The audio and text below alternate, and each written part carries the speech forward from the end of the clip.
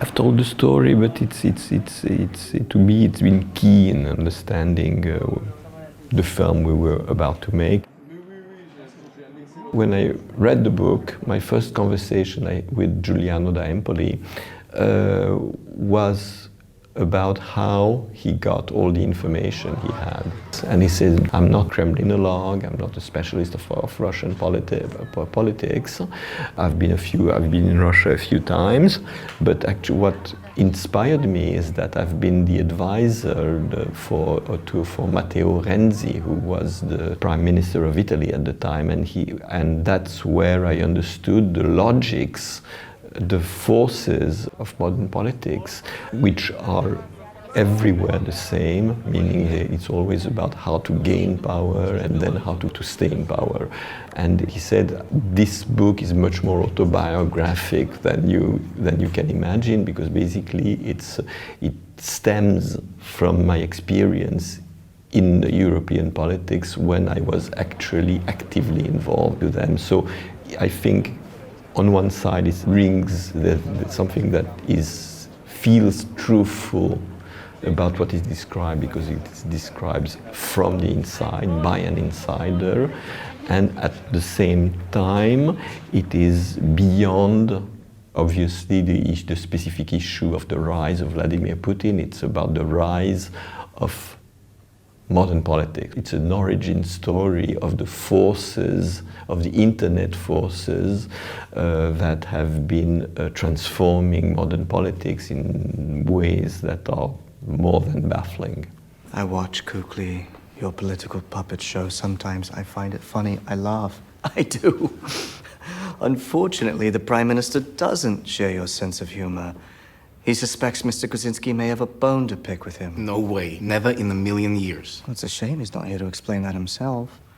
You represent the Prime Minister Vladimir Vladimirovich Putin as a midget. That's not... A deformed dwarf manipulated by oligarchs. I think in the minds of a gagman, he's more of a child. Yes, exactly. And you see that as grounds for laughter, an infantile gnome. It's a satirical show. It's up to the Prime Minister to determine the line between satire and insult, especially during election season. The Prime Minister has determined a line that must not be crossed.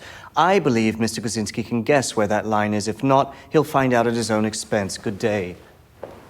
I had always something in the back of my mind, the idea that something would change in major ways in America when they will start suppressing the late night shows. Putin, during his first term, suppressed not exactly the late night shows, but he suppressed the Kukli, who were political puppets that were criticizing the regime, and he got rid of them exactly the same way Trumpist politics have been suppressing late night shows. So when this kind of thing starts happening, you should be very worried. Because I mean, the next step is getting rid of the New York Times.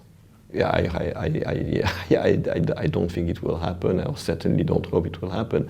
But you feel like the Trumpist regime is destroying the democratic ecosystem, and it's doing it systematically, consciously, and it's being doing by guys who are very good technicians of what they are doing, and it's what is extremely scary or even terrifying is that the Democrats don't seem to have the algorithm to address it, to address what's going on, and it feels like they're standing there watching, you know, the end of the world or something like that happening and just being frozen there, doing nothing.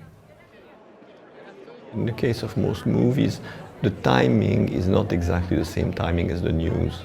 You know, it takes a while to conceive a book, to write the book, to publish the book, to write the screenplay, to get it financed, to shoot the film, to release the film. So, you know, 2 years go by, 3 years go by, or 4 years go by. So you can't be completely in sync with present-day politics. It would be absurd to think otherwise. But then, what has been happening in the case of our film, because we are dealing with something that is happening all over the world and has been evolving and getting worse and worse and worse. I thought we would be, I mean, initially when we were making the film, I thought our film would feel outdated by the time it was made. And I think what happened is exactly the opposite. I think it's even more accurate. I mean, I'm talking about Giuliano's book and the ideas in Giuliano's book, even more relevant today than when he wrote about them a few years back. Well, first of all, the script was so beautifully written by Olivier and Emmanuel Carrera, and then the book by Giuliano is also, the prose is beautiful, the character is beautiful. There is a piece of a real person there, but it is not just that. So, of course, the history, the reality, the context of the piece is incredibly important. But then on just an acting level, you know, you're building a character from the clues that you're given in the script is the most important part. The grandfather who fell to the Bolsheviks, the father who fell to communism, so the son who does not want to get eaten by his own times, and when the art world is not working out, to go into TV and then into politics, it's quite a fall from grace in my mind. You know, there's and sort of the journey towards becoming sort of a dark wizard. I found it endlessly compelling, you know, this piece and this character, and I really liked how complex it was. I liked that it wasn't just bad too. I think the ending is really important, not just the very end, but him playing with his daughter, for example. You know, this is part of, I think, what makes it true and scary and disturbing. And speaking about lawmakers who are making decisions that I might find heinous and then are going home to their families. Do you know, it's a contradiction that is hard to, but it's true. Yeah.